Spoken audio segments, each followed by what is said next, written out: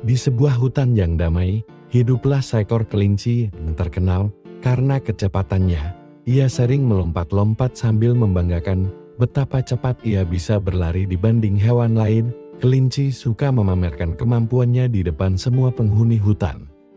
Ia sering mengejek hewan lain yang berjalan lambat, terutama kura-kura. Kura-kura kau itu jalannya lambat seperti siput. Kalau kita lomba, pasti kau ketinggalan jauh, kata kelinci sambil tertawa terbahak-bahak. Kura-kura hanya tersenyum kalem dan tetap melanjutkan jalannya tanpa terganggu.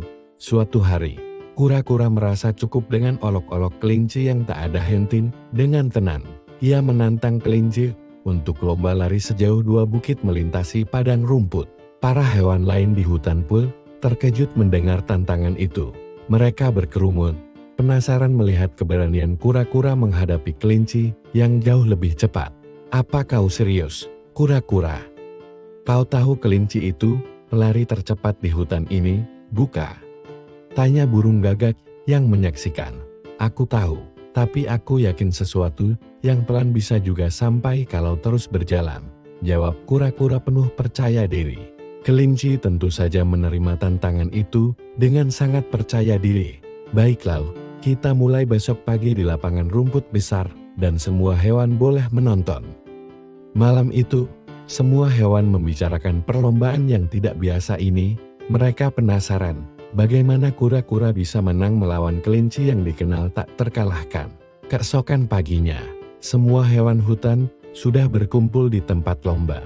Seekor burung hantu tua yang bijak ditunjuk sebagai wasit lomba. Burung hantu membuka lomba dengan meniup peluit dari ranting daun. Siap, 1, 2, 3. Teriaknya sambil mengayunkan sayap. Kelinci langsung melompat dan melesat seperti angin, meninggalkan debu di belakangnya. Sementara itu, kura-kura mulai melangkah pelan, namun mantap.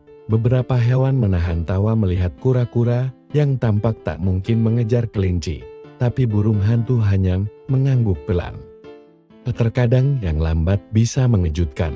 Tak butuh waktu lama, kelinci sudah jauh di depan dan bahkan sempat berhenti untuk minum di sungai.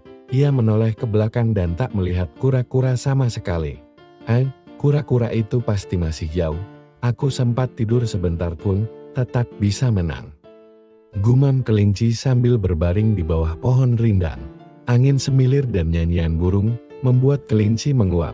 Tanpa sadar, ia pun tertidur pulas, merasa yakin tidak akan kalah. Sementara itu, kura-kura terus berjalan dengan langkah pelan, tapi tak pernah berhenti.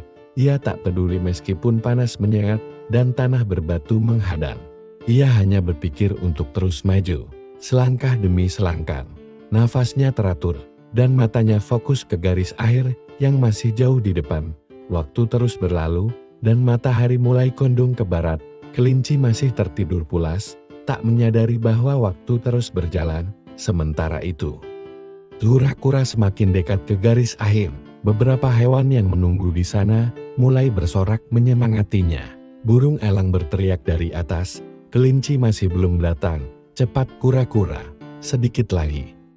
Kura-kura tidak menjawab, ia hanya tersenyum dan melanjutkan langkahnya. Akhirnya, kelinci terbangun karena suara ramai dari kejauhan. Ia mengucek mata dan segera berdiri, lalu melihat matahari yang mulai turun. Astaga, aku ketiduran, teriak kelinci panik dan langsung berlari sekencang-kencangnya menuju garis akhir. Tapi sayang, sesaat sebelum ia sampai, kura-kura sudah menginjak garis finish. Seluruh hutan riuh dengan tepuk tangan dan sorak-sorai. Burung hantu meniup peluit panjang menandakan pemenangnya adalah kura-kura. Kelinci berhenti dengan napas terengah-engah dan wajah malu. Ia tak percaya bahwa ia dikalahkan oleh hewan yang selama ini ia remehkan. Kura-kura tersenyum dan berkata dengan tenang, "Aku tidak cepat, tapi aku tidak berhenti." Kata-kata itu menancap dalam di hati kelinci. Sejak hari itu, kelinci berhenti menyombongkan diri. Ia mulai menghargai setiap hewan, tak peduli seberapa lambat atau kecil mereka. Kura-kura pun menjadi pahlawan di mata para penghuni hutan. Ia mengajarkan bahwa kegigihan dan kesabaran bisa membawa hasil yang besar. Setiap hewan kini tahu bahwa kemenangan bukan hanya milik mereka yang cepat, tapi juga milik mereka yang tak pernah menyerah. Kisah itu menyebar ke seluruh penjuru hutan, bahkan hingga ke hutan-hutan lain, di mana kura-kura dan kelinci menjadi simbol pelajaran hidup. Anak-anak hewan sering mendengarkan cerita itu sebelum tidur. Mereka mengagumi kura-kura dan belajar pentingnya ketekunan. Kelinci pun berubah menjadi hewan yang rendah hati. Ia sering menceritakan pengalamannya sendiri agar hewan lain tidak mengulangi kesalahannya. Keduanya bahkan menjadi sahabat baik. Setelah perlombaan itu, mereka sering berjalan bersama.